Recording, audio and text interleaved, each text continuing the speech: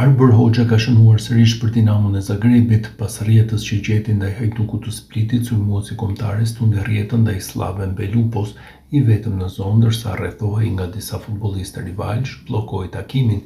Jo vetëm kaq, pasi Hoxha asistoi dhe golin në minutën e 45 të pjesës së parë, kështu Dinamo Zagrebi e mbylli në avantazh 2-0 fraksionin e parë ndaj Slaven Belupos.